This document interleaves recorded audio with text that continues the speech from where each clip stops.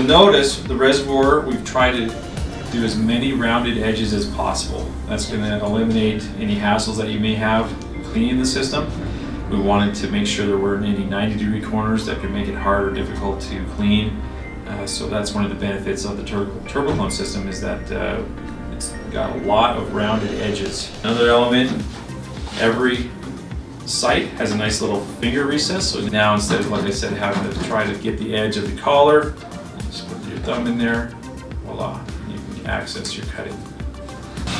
TurboKlone, as you know, all come with a fan shroud. The fan does two things. It pushes oxygen into the grow chamber.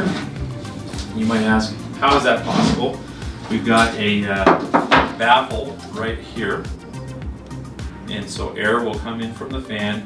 Your water level's just below that baffle, and then the air will mix with the spray. There's your aeration.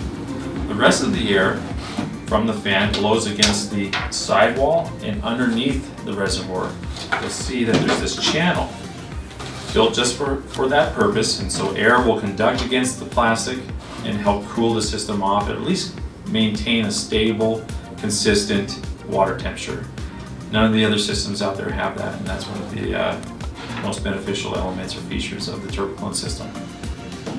An optional humidity dome. If your humidity in your grow room is less than 40% humidity, it's going to be tough on that cutting because they're not able to retain their moisture. So that's why we have this optional humidity dome. Not everyone has the same growing environments. It's different parts of the country are going to be exposed to arid or dry conditions. Some others might have plenty of humidity.